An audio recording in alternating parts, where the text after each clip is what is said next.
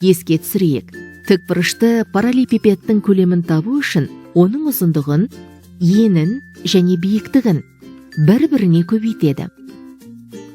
Мысалы, ұзындығы 10 см, ені 7 см, биіктігі 2 см болатын тікбұрышты параллелепипед пішінді орамның көлемін табу үшін осы үш өлшемді бір-біріне көбейтеді.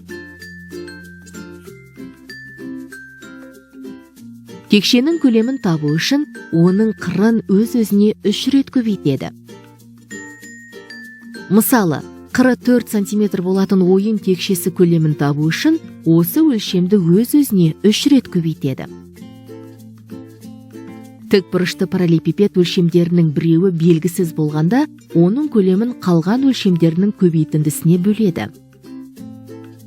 Мысалы, ұзындығы 10 см, ені x см, биіктігі 9 см болатын тікбұрышты параллелепипедтің белгісіз өлшемін табу үшін көлемді қалған өлшемдерінің көбейтіндісіне бөледі. Текше қырының ұзындығы белгісіз болса, онда көлем қандай санның өз-өзіне 3 рет көбейтіндісі екенін анықтау керек. Мысалы, көлемі 8 куб сантиметр болатын текшенің қырын табу үшін өз-өзіне 3 рет көбейткенде 8 шығатын санды табу керек.